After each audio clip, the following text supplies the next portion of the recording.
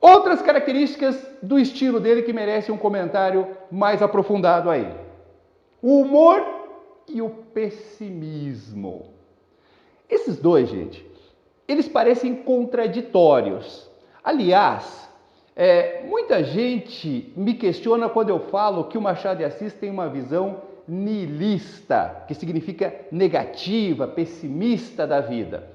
Eles falam assim, não, professor, eu até concordo que as obras do realismo e naturalismo normalmente têm essa visão pessimista, negativa e tal, mas no Machado não, é uma obra alegre, divertida, bem-humorada, sarcástica, debochada, irônica. E aí é que está o problema. Muitas vezes, esse humor, esse sarcasmo, essa ironia, acabam disfarçando o pessimismo que está presente, sim, na sua visão de mundo. Então tem que tomar bastante cuidado com isso, porque um acaba, muitas vezes, anulando ou pelo menos disfarçando o outro, tá? O humor do Machado de Assis é um humor baseado numa ironia fina. Não é aquele humor escrachado, aquele humor pastelão. É aquele humor que muitas vezes fica subentendido, que você precisa estar atento para perceber essa ironia, esse deboche, esse sarcasmo. Muitas vezes em cima do próprio leitor, principalmente quando ele se dirige ao leitor como se fosse um leitor romântico, um leitor acostumado com as narrativas românticas aí. E o pessimismo dele é fruto desse realismo psicológico, esse realismo que procura analisar com profundidade as contradições da alma humana, das contradições do indivíduo consigo mesmo e com as pessoas com quem ele convive. Nós temos aqui também dois exemplos do humor e do pessimismo retirados do Memórias Póstumas. Observem só. Primeiro, o humor. Olha só. Assim eu, Brás Cubas, descobri uma lei sublime, a lei da equivalência das janelas. E estabeleci que o modo de compensar uma janela fechada é abrir outra, a fim de que a moral possa arejar continuamente a consciência. Gente, para você entender o humor, a ironia, o sarcasmo, você tem que entender o que ele quer dizer com lei da equivalência ou compensação das janelas. Às vezes ele usa a expressão compensação das janelas.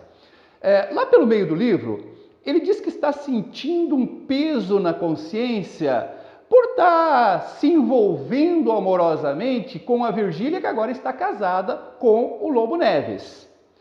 E quando ele sai da casa para arejar a sua consciência, aparece uma senhora que o felicita, né, que o parabeniza por uma atitude que ele tinha tomado no dia anterior, que ele tinha encontrado uma moeda de ouro na rua e fez questão de ir ao jornal, de colocar uma nota procurando o dono, uma atitude bastante louvável. Claro que ele tinha pretensões políticas e tem todo um interesse por trás disso, mas isso não veio ao caso.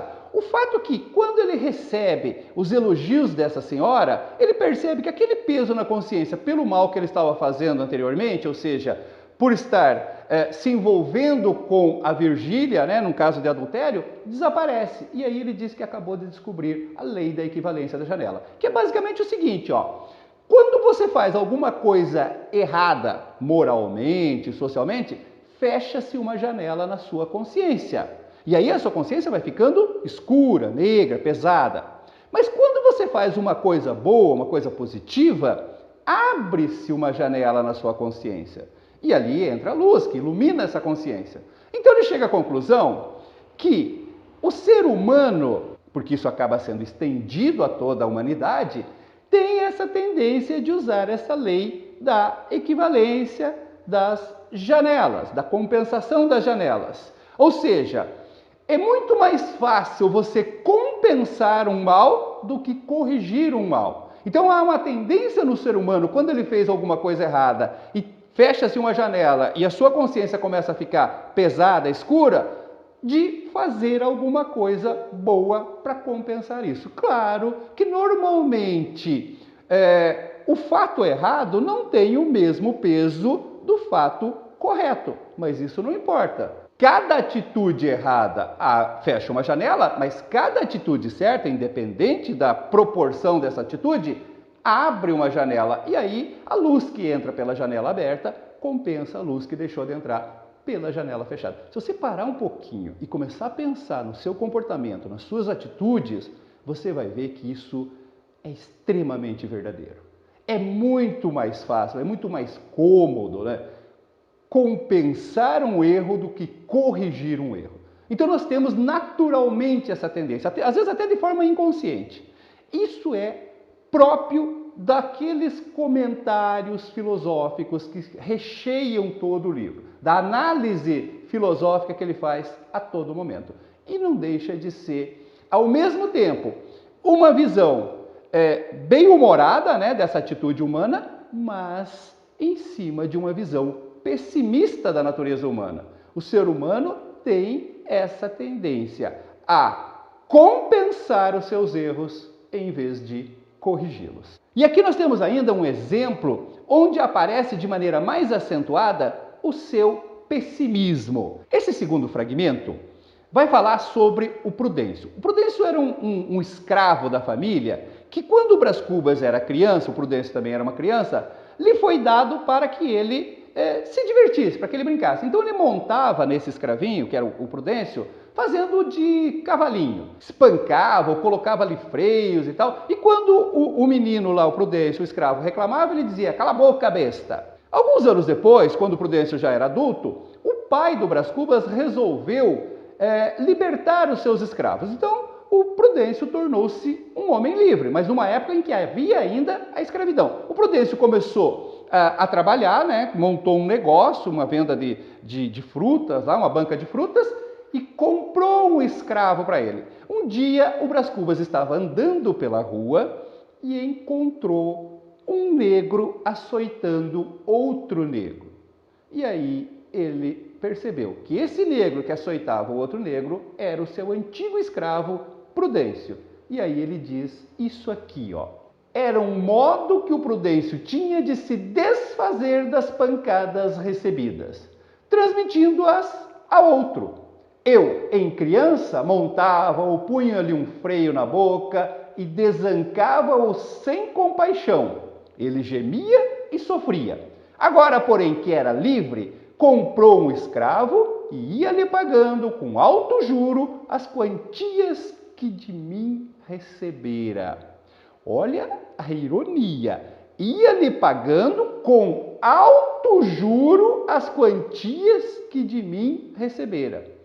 Com uma boa dose de humor, ele expõe uma realidade extremamente pessimista da natureza humana. Fosse isso uma obra romântica, e certamente nós teríamos aqui um Prudêncio lutando pela liberdade dos escravos, lutando contra a injustiça que ele mesmo havia sofrido. Mas não é uma obra romântica, é uma obra realista.